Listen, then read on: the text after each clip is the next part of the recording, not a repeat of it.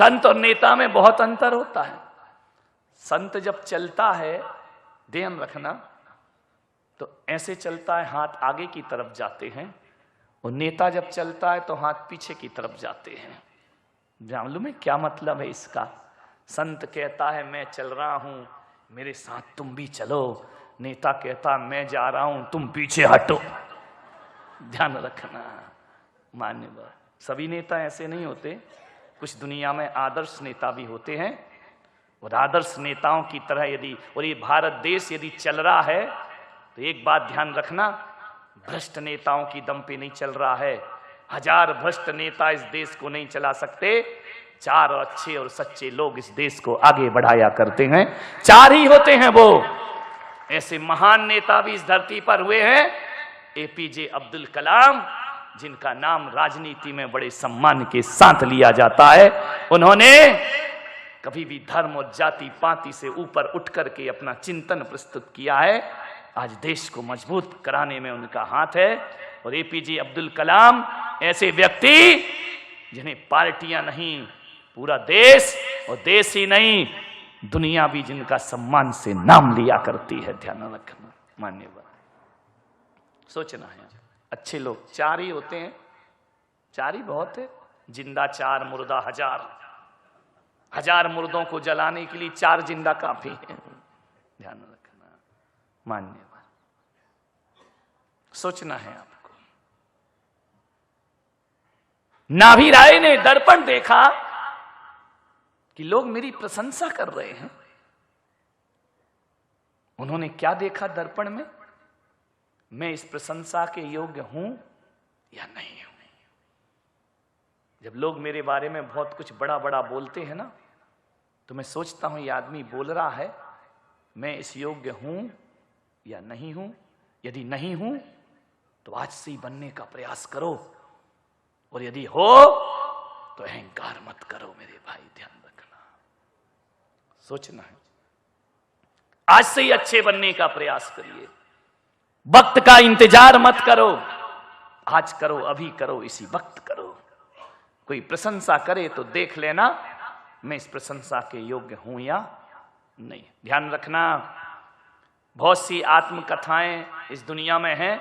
वर्णी जी की आत्मकथा, गांधी जी की आत्मकथा, लेकिन मैं आपसे कह रहा हूं कि दुनिया की आत्मकथा पढ़ो या ना पढ़ो, आदमी को अपनी आत्मकथा जरूर पढ़ना चाहिए कि लोग मुझे जैसा समझ रहे हैं वैसा मैं हूं या नहीं हूं। ध्यान रखना, ऐसा तो नहीं लोग महान समझें मैं निकृष्ट जीवन जी रहा हूं। लोगों के साथ अविश्वास मत करो। यदि लोग आपको महान समझते हैं तो महान बनने का प्रयास करो। ध्यान रखिए, नाभी राय ने देखा, एक घटना घट गई, 2 घटनाएं। क्या देखा नाभी राय ने? दर्पण में अंतर्मुखी हो रहे थे, अपना प्रतिबिंब देखा, तो नाभी राय ने देखा उनका मुकुट झुक गया। अरे, नाभी राय ने कहा मुकुट झुक गया, इसका मतलब है अब सत्ता के दिन गए, और जब सत्ता के दिन चले जाएं तो सत्य में जीने की साधना प्रारंभ कर देना चाहिए। मुकुट झुक गया नाभी राय का, इसका मतलब है सत्ता खत्म, अब बुढ़ापा शुरू हो गया है। ध्यान रखिए मान्यवर, बुढ़ापा एक दिन सबको आना है। अभी शोभा ताई जी ऊपर कमरे में कह रही थी बूढ़ा कौन, मैंने कहा प्रवचन में बताएंगे। ध्यान रखिए, बुढ़ापा एक दिन सबको आना है, कोई ना बचेगा इस बुढ़ापे। जियोगे तो, मर गए तो काय को आएगा मेरे भाई। ध्यान रखना, बुढ़ापा जरूर आएगा, सभी को आना है। एक बात याद रखना, बचपन ज्ञान अर्जन के लिए होता है, बचपन ज्ञान अर्जन के लिए होता है, जवानी धन अर्जन के लिए होती है, और बुढ़ापा पुण्य अर्जन के लिए हुआ करता है। बुढ़ापे में पुण्य का अर्जन। बचपन में मां की गोद में सोए, एक सूत्र दे रहा हूं बुढ़ापे के लिए, बचपन में मां की गोद में सोए, जवानी में पत्नी के साथ सोए, बुढ़ापे में परमात्मा के साथ सो जाओ, तुम्हारा जीवन सार्थक और सफल हो जाएगा। बुढ़ापे में अब भगवान के सहारे सो, परमात्मा के साथ सो, बुढ़ापा सार्थक हो जाएगा। ध्यान रखिए। मान्यवर, एक सूत्र दे रहा हूं बुजुर्गों के लिए, युवाओं के लिए। दिन ऐसा बिताओ, दिन ऐसा बिताओ कि रात को चैन की नींद सो सको। ध्यान रखिए। रातों की नींद किनकी हराम होती है? जो दिन में गलत काम किया करते हैं। ध्यान रखना। दिन ऐसा बताओ कि रात को चैन की नींद सो सको। रात ऐसी बिताओ कि सुबह किसी को मुंह दिखाने में शर्म ना आए। सुबह मुंह दिखाने में वही शर्म करते हैं जो रात को गलत तरीके से जिया करते हैं। दिन ऐसा बिताओ कि रात को चैन की नींद सो सको। रात ऐसी बिताओ सुबह मुंह दिखाने में शर्म ना आए। अरे जवानी ऐसी बिताओ बुढ़ापे में रोना ना पड़े। और बुढ़ापा ऐसा बिताओ किसी के सामने हाथ फैलाना ना पड़े। ये सूत्र है जीवन। ऐसा बुढ़ापा जियो किसी के सामने हाथ नहीं फैलाना पड़े। ध्यान रखना, प्रेम बचपन में मुफ्त में मिला करता है। बच्चे को हर कोई प्रेम करता है। जो आता है गाल पकड़ेगा, चुटकी बजाएगा, बच्चे से बात करेगा, गोद में उठाएगा, उछालेगा। इसके लिए बच्चे ने कुछ नहीं किया है। ध्यान रखना, बचपन में प्रेम मुफ्त में मिलता है। जवानी में प्रेम अर्जित करना पड़ता है, कमाना पड़ता है।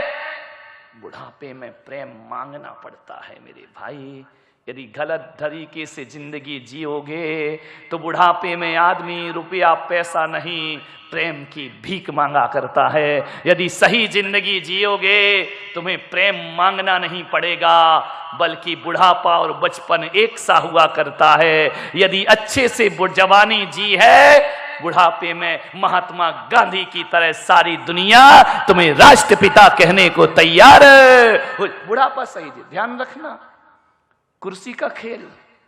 जब देश आजाद हुआ, प्रस्ताव आया महात्मा गांधी को राष्ट्रपति बना दिया जाए, प्रधानमंत्री बना दिया जाए। गांधी जी ने कहा नहीं, ये लड़ाई मैंने कुर्सी के लिए नहीं लड़ी, मैंने तो इसलिए लड़ी कि अब तुम कुर्सी के लिए लड़ते रहना, मैं तो तुम्हें आजाद करके जा रहा हूं। ध्यान रखना, गांधी ने कुर्सी के लिए लड़ाई नहीं लड़ी। एक बात याद रखना, जहां तक मैं पुलक सागर सोचता हूं, यदि गांधी जी राष्ट्रपति बन जाते, कुर्सी पर बैठ जाते तो राष्ट्रपति कहलाते।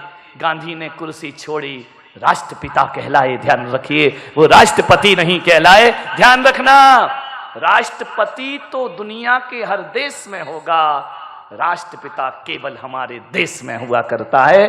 कुर्सी पकड़ोगे राष्ट्रपति बनोगे, कुर्सी छोड़ोगे राष्ट्रपिता कहलाओगे। और एक बात याद रखना, राष्ट्रपति की कुर्सी 5 साल की है, राष्ट्रपिता हजारों साल जीवित रहा करता है। ध्यान रखिए, राष्ट्रपिता का चुनाव थोड़ी होता है, वो तो हजर अमर कुर्सी है। ध्यान रखिए। मान्यवर नाभि राय ने देखा कुर्सी छोड़ने का समय आ गया है। ध्यान नहीं छोड़ पा रहे, हम करें क्या? नहीं छोड़ते हैं, बड़ी आस लगा के बैठते हैं।